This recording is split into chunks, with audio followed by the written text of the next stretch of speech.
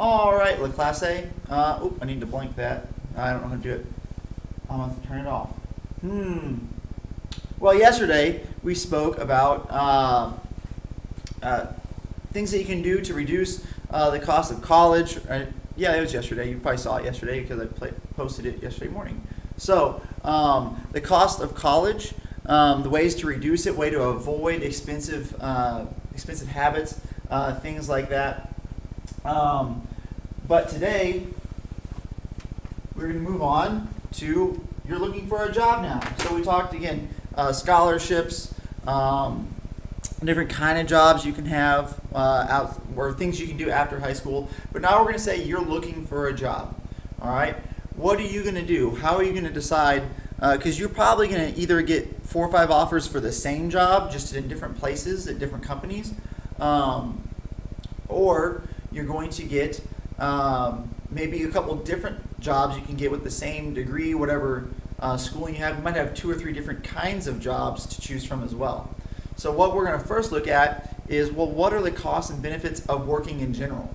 Okay, some jobs may offer more of a paycheck, but they don't offer as much extra benefits, which can make a big difference. So we're going to look at those. There's 3 categories of them, and in an email today, you should have already put in some examples you can think of.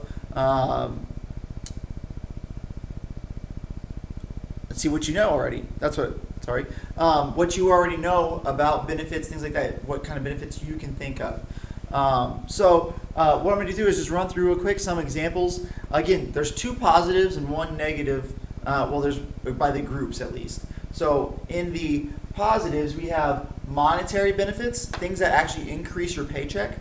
And then we have non-monetary benefits, which are just added luxuries, conveniences to your life.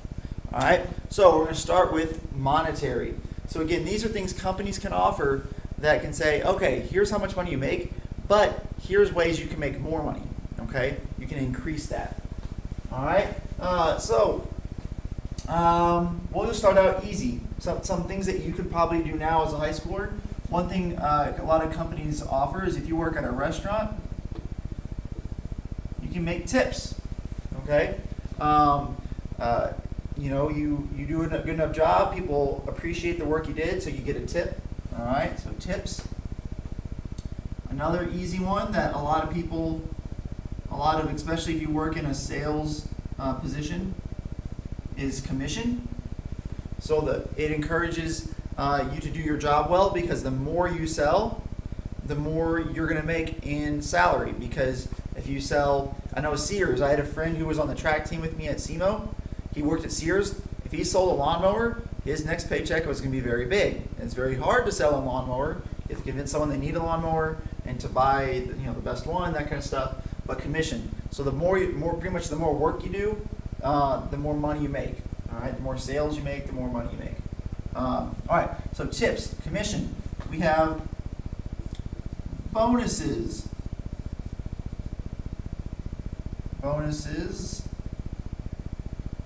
Sure. Bonuses. So Christmas bonuses, again, if you've ever seen Christmas Vacation, then just think about what Mr. Clark Griswold, he finally gets his Christmas bonus. He's been planning on it forever. He's planning on building a pool with it, but then he doesn't get the bonus he thought he was or that he was planning on. But a bonus can make a big impact as well. Again, Christmas bonuses are a common one, or a New Year's bonus. But there's other ones out there. So there's ways to get bonuses, which is just addition to your salary. And basically companies say, okay, we had a good year, our bonuses are going to be this big. Or we did not have such a good year, bonuses are going to be a little bit lower than normal. But bonuses is a way to extend your paycheck bigger as well. Then you have overtime. All right. The ability to work past a normal work week. And what overtime does is, let's say 40 hours is your normal work week, or that's the most people generally work. If you work over 40 hours, every hour past that is going to be whatever you make plus half of that more. So let's just say 40 hours is a full week. Just putting an example on here. 40 is a full week. but you work 5 more hours. Okay, then you get 45 hours that week, and you make $10 an hour. Well, this would be, if you worked your full week, that'd be $400. Okay, but you worked 5 more hours. For this 5 hours, it's not times 10, it's times time and a half. So that'd be half of 10 is 5, so that'd be times 15. So you'd make an extra $75. So that week,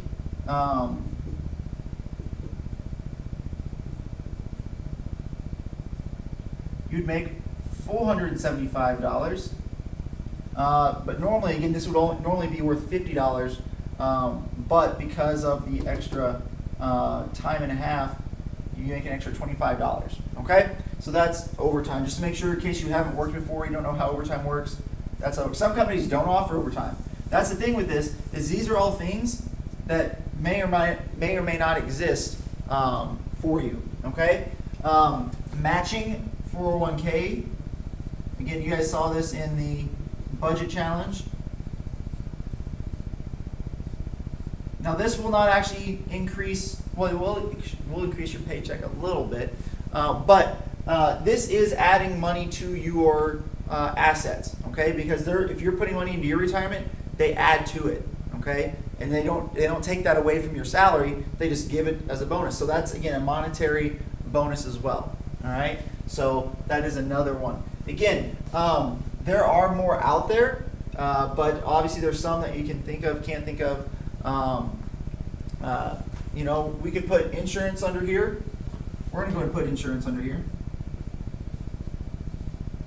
Again, you could argue that, again, they don't actually give you money for your insurance, they just pay it. But there's a big similarity to them paying for that. You could say that's easily just adding to your salary because you're going to have insurance. So it's something you're going to have anyways. So we'll go ahead and put insurance here. So they may offer insurance, different types of insurance, dental, just overall health, that kind of stuff. Okay, but then we're going to hop over and look at things non-monetary benefits.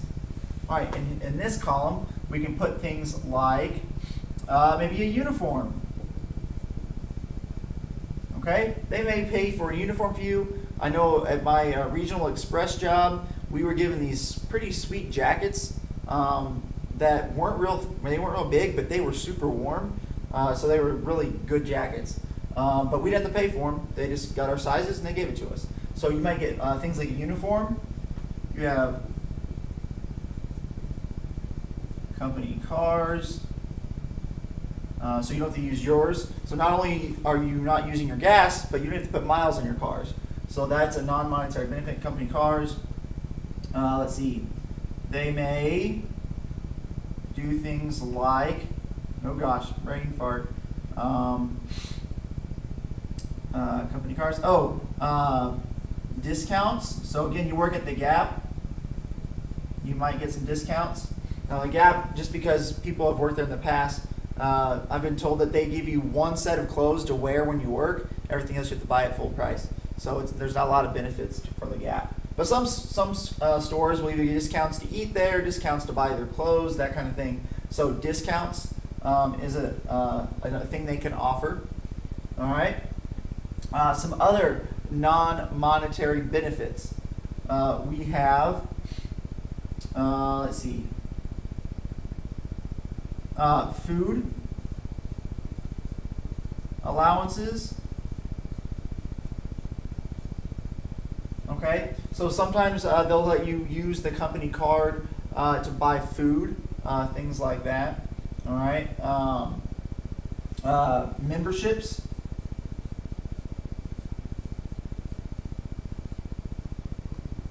To organizations.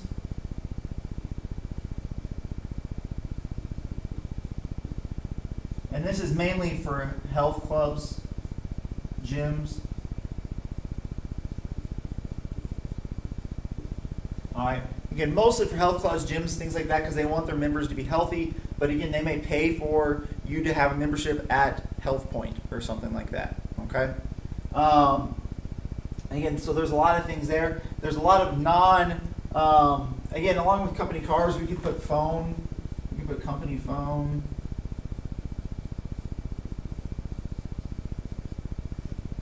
Okay, so those are all things, again, these are all monetary benefits, things that they can add to your pay. These things won't really necessarily add to your pay, but they're nice things to have, okay? Oh, last one that I definitely want you, again, there's a lot more out there. You could probably come up with a much bigger list, but these are the biggest ones. But they also may pay for education or training. Okay? So they may go back and say, hey, you come work for us, we'll pay for your college, or we'll pay for part of your college, or maybe you had to get a license for a certain part of your job. Maybe, again, it could be anything. They may go back and pay for the licensing. Example of that, when I was working for Oran, at one point we talked about, it was the year that I was done there, but they had talked about, hey, maybe you should go get your bus license. You could drive the track team from Oran to their track meet and back, and then you can get paid for that. And they would have paid for my bus license, but it happened to be my last year there, so it never came to fruition. But that's a $1,500 licensing that I would have to pay for, that they would pay me back for getting it. Again, going back and paying for education and things like that. All right, now we're going to switch over and look at some costs of working. All right, so now we're going to look at some costs of working. Oh, let me pull down the...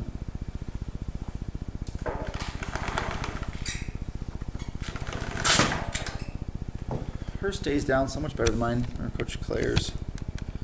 All right, hidden costs of working. So when we think about a job, we generally just think of paychecks. It's like, oh, okay, I get to bring in money, they pay for my insurance, things like that. We don't ever think about, what's it going to cost me to work? Okay, so now we're going to look at what things you may have to give up, or things, actual monetary costs that you have to do